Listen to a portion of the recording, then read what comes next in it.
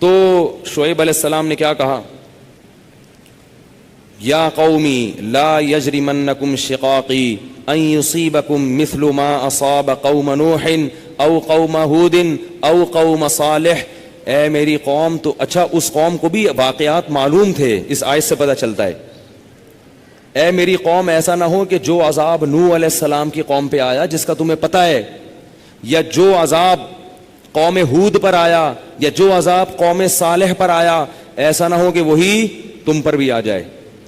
اور یہ بھی کہنے لگے وما قوم لوط منکم ببعید، لوط علیہ السلام کی قوم تو بہت قریب ہے تم سے، جا کے دیکھ لو ان کے حالات، وہ تو ابھی ماضی کا قریب کا قصہ ہے. وَيَا قَوْمِ لَا يَجْرِمَنْ وَيَا قَوْمِ اسْتَغْفِرُوا رَبَّكُمْ ثُمَّ تُوبُوا إِلَيْهِ. اے میری قوم اعتراضات چھوڑ دو، استغفروا ربکم، رب سے توبہ استغفار کرو. دیکھو وہ لوگ استغفار کا مطلب سمجھتے تھے، ہم لوگ استغفار کا مطلب نہیں سمجھتے. جب شعیب علیہ السلام نے کہا استغفار کرو تو ایسا تو ان کے لیے تو بڑا آسان تھا، ایک تسبیح استغفار کی صبح پڑھ لیتے، ایک تسبیح شام کو پڑھ لیتے. کہتے اتنی سی بات ہے تو ہمیں تو نماز پہ ویسی کوئی اعتراض نہیں، تو استغفار کی ایک تسبیح پہ کیا اعتراض ہوگا. وہ سمجھتے تھے کہ استغفار کا مطلب ہے گناہ سے توبہ، جو ڈنڈی مار رہے ہیں یہ چھوڑیں اور پھر اللہ سے توبہ کریں. یہ والی توبہ آج کل مارکیٹ سے کیا چل رہی ہے، بہت سی چیزیں مارکیٹ میں شارٹ ہو گئی ہیں بھائی. لوگ چینی کو روتے ہیں، یہ شارٹ ہو گئی، وہ شارٹ ہو گئی، وہ بھائی بہت ساری چیزیں شارٹ ہوئی ہوئی ہیں. تو یہ والی توبہ آج کل مارکیٹ سے کیا چل رہی ہے، شارٹ چل رہی ہے. استغفار استغفر اللہ، ڈرامہ دیکھ کے بھی استغفار ہو رہا ہے، ہائے ہائے کیسا ہو گیا، کیسی ہیروئن ہے، توبہ توبہ، ٹھیک ہے نا کیسا ہیرو ہے، ہائے اتنا گندا گانا، توبہ توبہ استغفر اللہ. تو یہ استغفار چل رہا ہے آج کل. تو استغفار کا مطلب وہ لوگ، بولو بھائی سمجھتے. وہ کچھ لوگ بیٹھے ہوئے تھے نا، ایک بس میں جا رہے تھے، سب ایک بس میں جا رہے تھے، ذرا دیندار تھے وہ.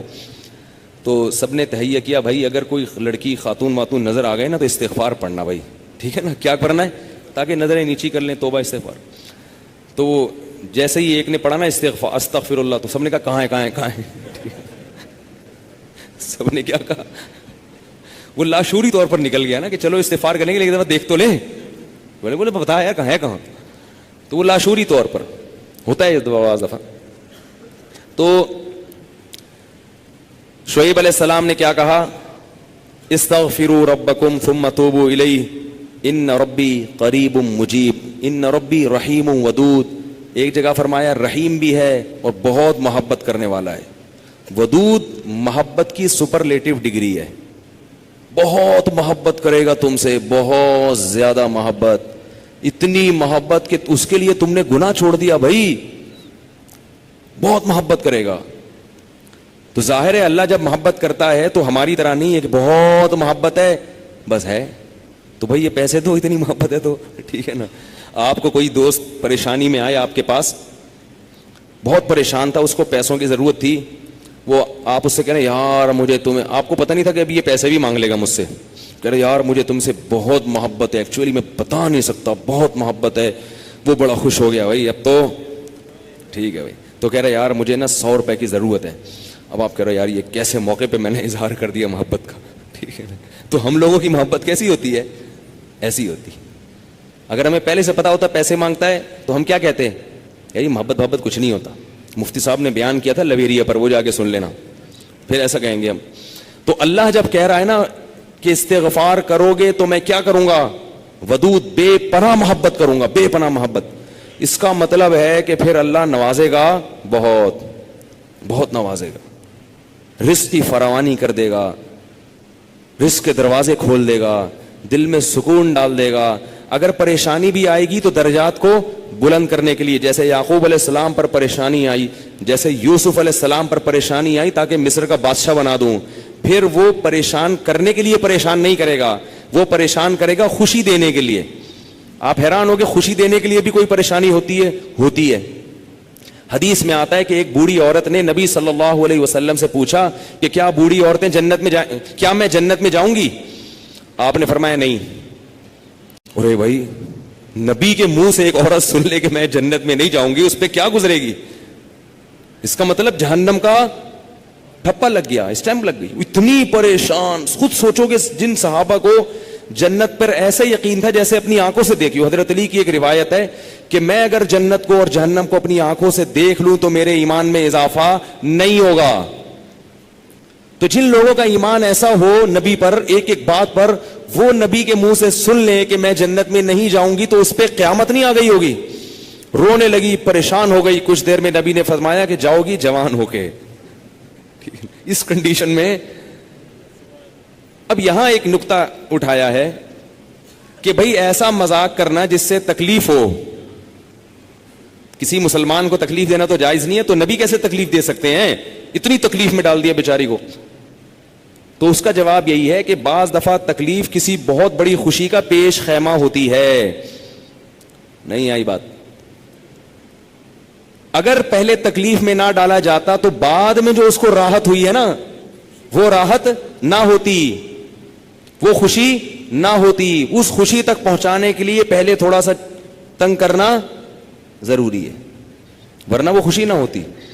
تو اللہ بھی اگر اپنے نیک بندوں کو پریشان کرتے ہیں تو وہ پریشانی کسی بہت بڑی کامیابی کا پیش خیمہ ہوتی ہے, پیش خیمہ ہوتی. پھر اس میں تسلیاں بھی ملتی رہتی ہیں ان کو. تتنزل علیہم الملائکہ اللہ تخافوا ولا تحزنوا, فرشتے ان کے دلوں پہ نازل ہو کے خوشخبریاں دیتے ہیں کہ غم نہ کرو, خوف نہ کرو, بس یہ پریشانیاں دور ہونے والی ہیں, جنت کی نعمتیں ہیں. بعض دفعہ تو دنیا میں بھی بہت بڑی کامیابی مل جاتی ہے.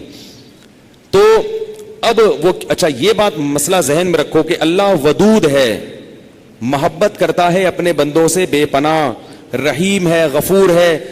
یہ بہت بڑی غلط فہمی ہے کہ گناہگاروں کے لیے بھی ہے. نا نا نا نا نا, گناہگاروں کے لیے نہیں ہے. جو گناہ سے توبہ کرنے والے ہوں ان کے لیے. ہمارے ہاں بعض خطیب اللہ کی رحمت کو ایسے بیان کرتے ہیں کہ گناہگار سمجھتا ہے کہ اللہ مجھ سے بھی بہت زیادہ محبت کرتے ہیں, حالانکہ وہ کبیرہ علانیہ گناہوں کا مجموعہ ہوتا ہے. وہ آدمی گناہوں سے اللہ کبھی بھی محبت نہیں کرتے, تو گناہگار سے کیسے محبت کریں گے؟ جو گناہ سے بچنے کی کوشش میں لگ جائے, بے شک نہ چھوٹے ہوں لیکن بچنا چاہتا ہے, اس سے بھی اللہ محبت کرتے ہیں. علماء لکھتے ہیں گناہ نہ بھی چھوٹے ہوں لیکن چھوڑنا چاہ رہا ہے, لائن پہ آنا چاہ رہا ہے, تو اللہ اس سے بھی محبت کرتے ہیں. اس کے لیے وسائل پیدا کرتے ہیں, اسباب کیا آ جائے. جو نہیں چاہتا اس سے اللہ محبت نہیں کرتے. اللہ اس کے لیے غفور اور رحیم نہیں ہے. الا یہ کہ قانون یہ ہے, اللہ اپنی رحمت سے کسی کو بخش دے تو ایک الگ بات ہے, قانون یہ نہیں ہے. قانون یہ ہے کہ وہ کیا ہے, عزیز ذو انتقام, غالب ہے اور انتقام لینے والا ہے. ان الذين يكسبون الاثم سيجزون بما كانوا يقترفون, جو گناہ کر رہے ہیں عنقریب پتہ چلے گا, عنقریب پکڑے جاؤ گے, عنقریب ٹھکائی لگے گی. تو جس سے محبت ہوتی ہے اس سے ایسے باتیں کی جاتی ہیں. آپ کو جس سے محبت ہے آپ اس کو دھمکیاں دیتے ہیں اس طریقے سے. اللہ فرماتے ہیں کہ تمتعوا, مزے اڑاؤ مزے, ان مصیرکم الی النار, آنا جہنم کی آگ کی طرف ہے. حدیث میں آتا ہے کہ میں سب سے زیادہ غیرت مند اور اللہ مجھ سے بھی زیادہ غیرت مند ہے. اور اللہ کی غیرت کو اس وقت جوش آتا ہے جب کوئی اللہ کے حرام کردہ کاموں میں سے کوئی کام کرتا ہے. یہ کون چیخ رہا ہے بھائی؟ ان کو سنبھالیں بچوں کو باہر, کیا ہو رہا ہے یہ پیچھے لوگ بیٹھے ہوئے ہیں دیکھ نہیں رہے ان کو. تو اللہ کو غیرت کس وقت آتی ہے؟ حدیث کے الفاظ ہیں کہ جب کوئی بندہ اللہ کے حرام کاموں میں سے کسی کام کا ارتکاب کرتا ہے. اللہ کھلا رہا ہے, اللہ پلا رہا ہے, پھر آپ ناجائز کی طرف جا رہے ہو. تو حدیث میں یہ نہیں آتا کہ جب کوئی بندہ گناہ کرتا ہے تو اللہ کو اس بھی محبت کا بڑا جوش آتا ہے. نہ پھر اللہ کو غیرت آتی ہے اور اللہ کی صفت انتقام جوش میں آتی ہے. اس لیے بھائی گناہ کرتے ہوئے اللہ سے ڈرا کرو, اللہ کی رحمت کی امیدیں گناہ کرتے ہوئے نہ لگایا کرو. ایسا نہ ہو کرنے کے دوران کوئی چھت گر جائے, زمین پھٹ جائے. بنی اسرائیل نے گناہ کیا تھا نا, ہفتے کے دن اللہ نے منع کیا شکار مت کرو, انہوں نے کر لیا, تو کیا اللہ بڑا غفور رحیم, اللہ نے معاف کر دیا فوراً. رات کو سوئے ہیں تو صبح کیا ہوا ہے, بندر اور سور جیسی شکلیں بنی ہوئی تھی. اللہ ہم سب کو محفوظ رکھے. تو گناہ سے بچنا چاہو گے تو اللہ کی رحمتیں ہیں, اللہ کی محبتیں ہیں. گناہ سے بچنے کا ارادہ نہیں کرتے تو پھر جہنم ہے, پھر جنت نہیں ہے. سمجھ رہے ہو کہ نہیں سمجھ رہے بھائی؟ یہ باتیں کہتے ہوئے مجھے بھی ڈر لگتا ہے, مجھے بھی ڈر لگتا ہے.